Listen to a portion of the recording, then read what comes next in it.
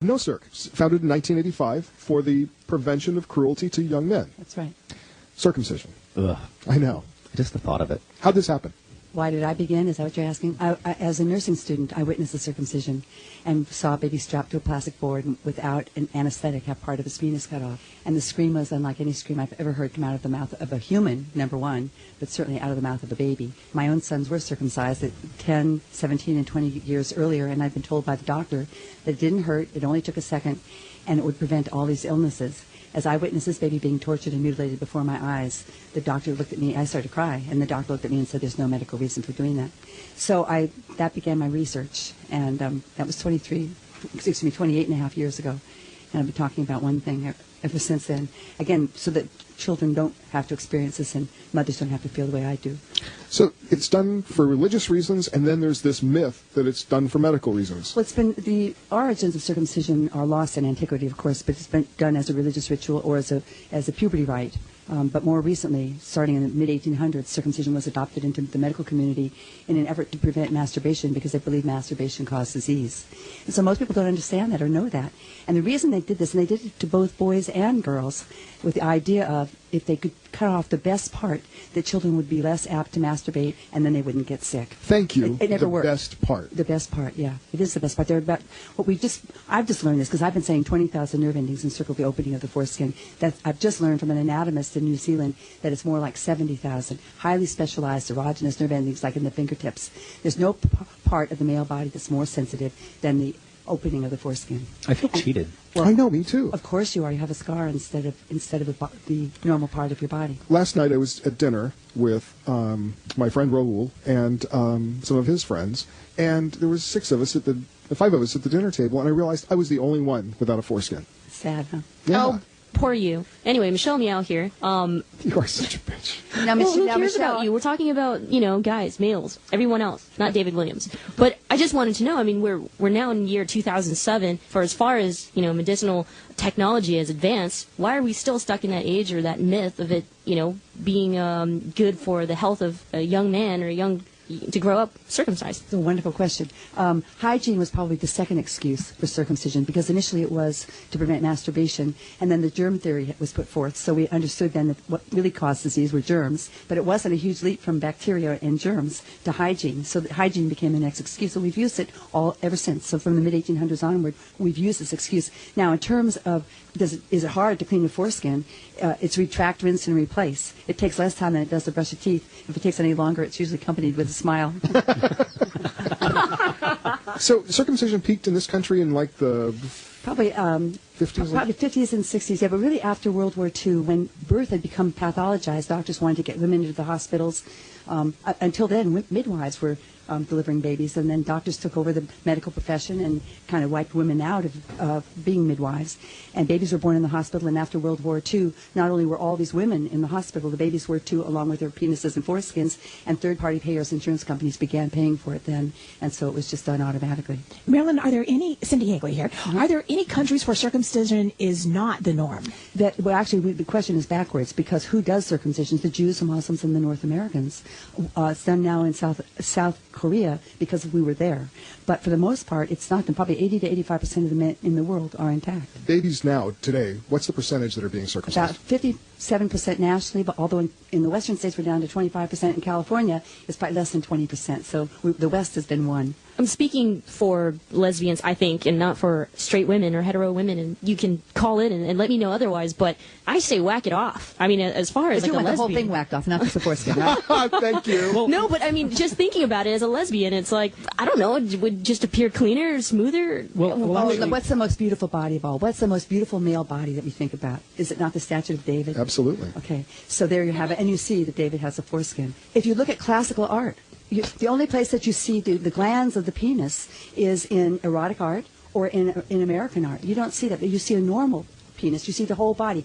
Just as the labia cover and protect the vaginal wall, the foreskin covers the urinary meatus, keeping the urinary tract sterile, keeping the head of the penis soft, moist mucous membrane. It's there for a reason. And an important reason is also the skin that's necessary for a full erection. So one of the major complaints of circumcised men is tight erections, painful erections, tearing at the scar site, curvature, because there's so much skin taken off one side and not the other. Most importantly, this is a primal wound done to a baby.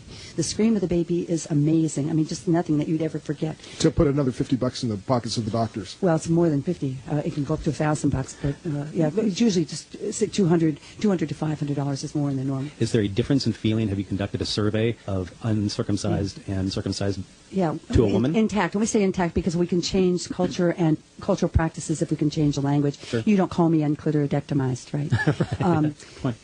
There is a difference. We did a study because Masters and Johnson about 50 years ago said there was no difference between a circumcised penis and an intact penis. And since that time, researcher and pathologist Dr. John Taylor did a study trying to save his grandsons and showing that there are all of these specialized nerve endings that encircle the opening of the foreskin in a little ridge band. And how important they are structurally. So we then, I figured, well, if you cut that much tissue off, how could you not have less sensation? So we did the study, and of course it showed that when you cut off normal sexually functioning tissue, you have less, it disturbs normal sexual functioning, and you have ablated the most sensitive part of the penis. I'm just having a feeling here that Harrison, who's in our Hollywood studio, probably has an opinion about this. You think? How's it going, Harrison? Oh, it's going great. I'm just sitting here with my legs crossed, of course. I mean, really, I've known about the many thousands of happy little ganglia in the tissues there that I don't simply have. And one of the things that's fascinating to me is if we go back to sort of why this happened, well before Marylin talks absolutely accurately about people like John Harvey Kellogg, the inventor of the bran flake cornflake. His idea was that endless pooping got rid of demons, and from that we've lost our foreskin. See the connection? And of course, when he died, they found many dildi hidden in his closets. So, as always, as Billy Shakespeare said, methinks the lady doth protest too much. My favorite part, though, if we go really way back to the Egyptians, Pharaoh gave his foreskin to the sun god Ra. The ultimate sacrifice a man can give is the most important part of his body, asked Michelle.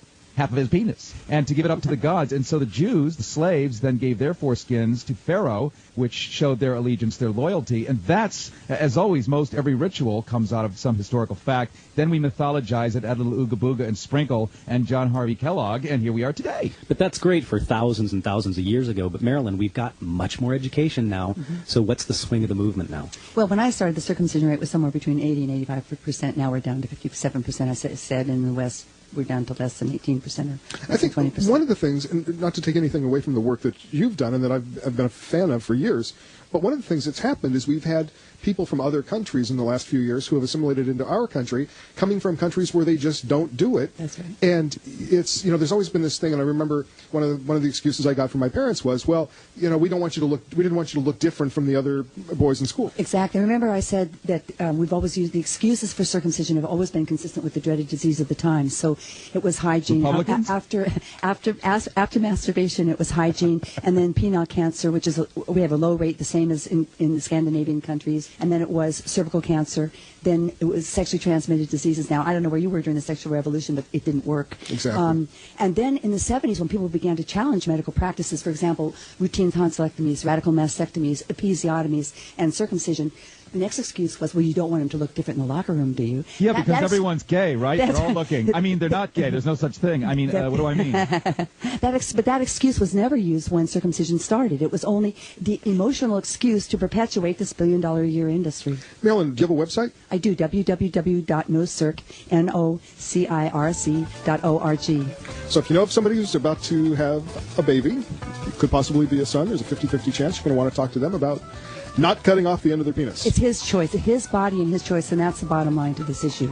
We don't have a right to cut off normal parts of somebody else's body. Stay with us. More on Shake Radio after this. I'm still sitting here with my legs crossed. And one of the things, and David, you said it so well, is not only is it just outright savagery, but here's one of the things that Michelle, as you can see the little hairs in the back of her nape of her neck, see them rising right now? It is women who are the ones pushing the circumcision. Men are so not pushing it. They frankly don't care. They really just don't. But women have been the ones hacking it off and buying into all the crap. Mothers look at that and they see, and they want to behead the damn thing, and they do. Harrison, when I talked to my parents about this several years ago, my dad said he thought that he and my mother had an understanding about it, and then in the hospital, my mom just went and did it, and my dad was sort of taken back by it. As with my son. Yeah. It just happened when I was away. They see it as, I suppose to some it is unaesthetic in some way, and whatever. So it's really aesthetics. And the odd part, Marilyn hit it a little bit, is when the insurance company started paying for it, it became a commodified thing. It's like if suddenly they paid for nose jobs, everyone would run out and get one because the doctors can make money doing this. So it became a commercial venture. Harrison, I don't know about everybody else, but I'm kind of, foreskinned out. Would you have that would something make else? sense. Well, then let's talk about infibulation, All right. which is female circumcision, which in Africa is still huge. And what they do is they use broken glass from bottles and such to Old do it. rusty razor blades. Yeah, and whatever they shave off all the flaps, if you will.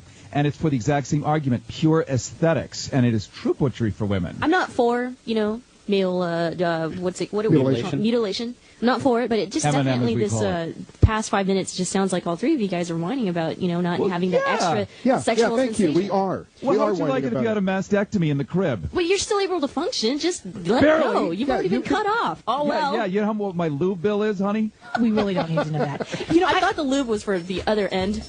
Well, not when you're alone. Another show draws to it.